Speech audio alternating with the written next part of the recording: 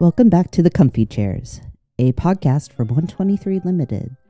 This is your host, Kate, and today's episode is a comfyHQ installment where we explore your real-life leadership questions with practical answers and a dose of reflection.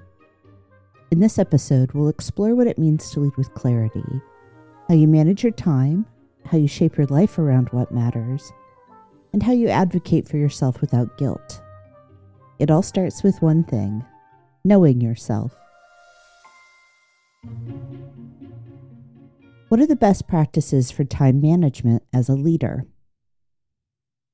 I love when this happens. I recently presented a session on productivity and effectiveness, and I've been building some online learning resources too. So I've got a lot of thoughts rattling around in my brain on this topic. Let's start with 2 mindset shifts that will set you up for success, no matter what tools or systems you prefer. The first, you have permission to use the system that works for you. Leadership requires self-awareness, and that includes how you manage your time. I know, for instance, that I need to take handwritten notes. If I don't write something down, it's like it never happened. I also love the satisfaction of crossing things off a to-do list. That self-knowledge helps me stay organized and effective. Because here's the truth, your results matter more than your method.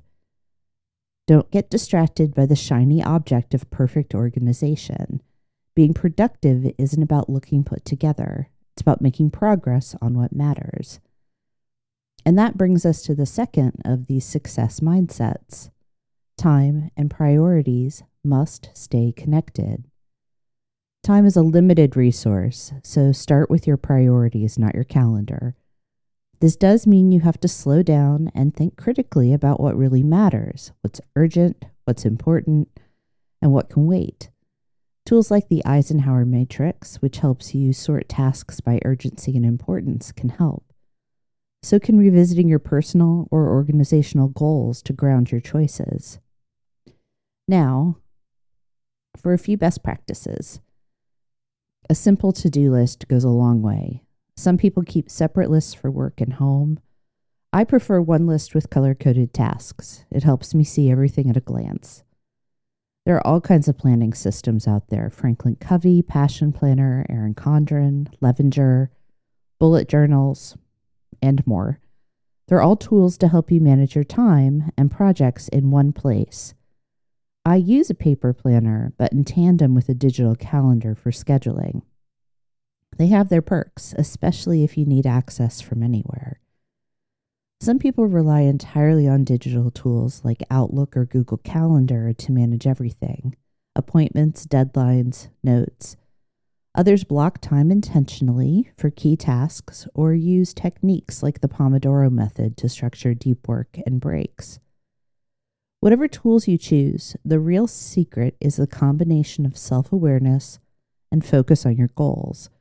When your systems work with you and your priorities stay front and center, managing your time gets a whole lot easier.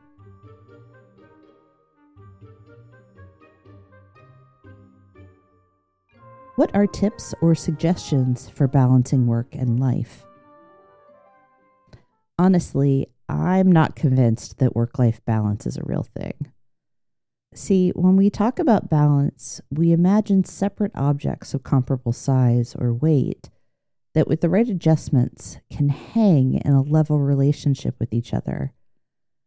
And I think this is where we go wrong, starting with the notion that work is a separate entity. The fact is actually that work is one portion of your larger whole, your life. So, rather than trying to balance your life with one part of itself, a better model than balance could be a puzzle or a mosaic. Instead of creating symmetry, you piece together your life to make an intentional, fulfilling picture. There are a few ways to approach this, but let's look at 2 lenses that can help: time and need. In either case, you start by naming the pieces of your life. These can include work, family, friendships, health, volunteerism, faith, all of the priorities, people, and pastimes that matter to you. Then, if you use time as the lens for piecing together your life, the next step is to ask how much time does each piece require in a day, week, or even month. If there's more demand than there is time, something has to shift. What I like about this approach is that we have only so much time each day, so you are working towards a very real boundary. But it can also mean you experience frustration when you have more than 24 hours worth of stuff in your daily life. Additionally, time requirements can vary based on any number of factors. So, another approach to consider is assessing need. This involves asking yourself 2 questions.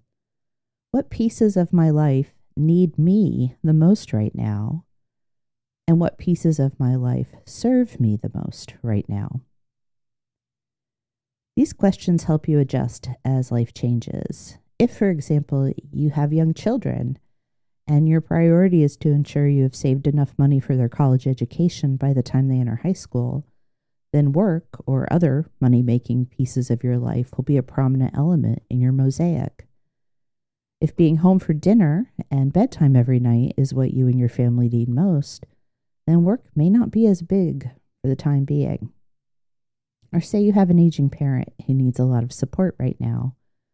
Finding the right fit to meet this need could mean you have to step away from volunteer activities. I think this is another reason that trying to achieve balance doesn't help us. Life isn't a set it and forget it situation. Whether you're looking through the lens of time, need, or something else entirely, it's an ongoing, dynamic effort that involves knowing yourself, your capacity, and current priorities. That's the ultimate suggestion I have here.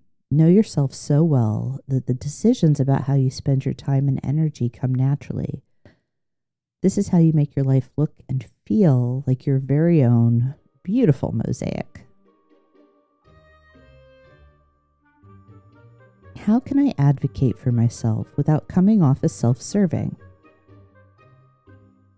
I chose this question to round out today's episode because, like the others, it's rooted in a familiar leadership quality, self-awareness. All good leadership begins with knowing yourself, your values, your needs, your priorities, and that includes leading yourself. And just as effective leaders communicate with care and clarity, you owe yourself that same clarity. As Brene Brown says, clear is kind. Advocating for yourself is one way to practice that kindness. Now, self-advocacy does take courage, but it also takes a clear understanding of the difference between advocating and demanding. Advocacy is giving voice to a need, not a want or a whim. When you're honest with yourself and use both emotion and logic to assess what you truly need, you create a strong foundation to speak from. Here's another helpful reframe. Advocacy is an act of service. When you advocate for yourself, you are serving yourself. When done well, it serves your well-being, your leadership, and your ability to contribute. This is why awareness and clarity are so important. They ensure your advocacy serves the right and real needs you have. And that's what will protect you from being selfish or making self-serving decisions under the guise of self-care. So, how do you do it? What do you say? Like any self-respecting organizational development professional, I'm tempted to tell you, it depends. It does depend, and you know that you'll have to adapt and navigate your unique circumstances and company politics. That's a given, but there are a few principles to guide you. First, know the protocol. If your organization has a process for making requests, follow it. Using back channels or doing a runaround will call your motives into question. Instead, take the opportunity to build trust by following established processes. Second, be clear about what you need and what you don't. Make it easy for others to understand your ask by distinguishing between what you need and anything else. For example, when requesting a change to scheduled time off, explain that you're not asking for more time, just different dates. Third, be okay with hearing no. As a leader, you know that you can't meet every employee's needs, and this is going to be true for you, too. Sometimes you will advocate for yourself and be told no. If you're not prepared for that, you run the risk of becoming resentful and disconnected. That will wreak havoc on your own experience and your ability to lead. Advocating for yourself isn't about being demanding. It's about being honest. It's about choosing clarity over resentment, courage over silence, and service over self-sacrifice. And that's leadership. Here's what I hope you'll take from this episode today. Leadership isn't just about driving results. It's about living with alignment. Whether you're choosing how to spend your time, how to shape your days, or how to ask for what you need, it all comes down to self-awareness. Know yourself well enough to trust your voice and to use it. If you've got a leadership question you'd like me to explore on a future comfyHQ episode, please reach out. You can find me on LinkedIn or at 123ltd.com. Next week, we'll be back with a conversation about trust to celebrate our 2nd anniversary in the comfy chairs. Thanks for listening.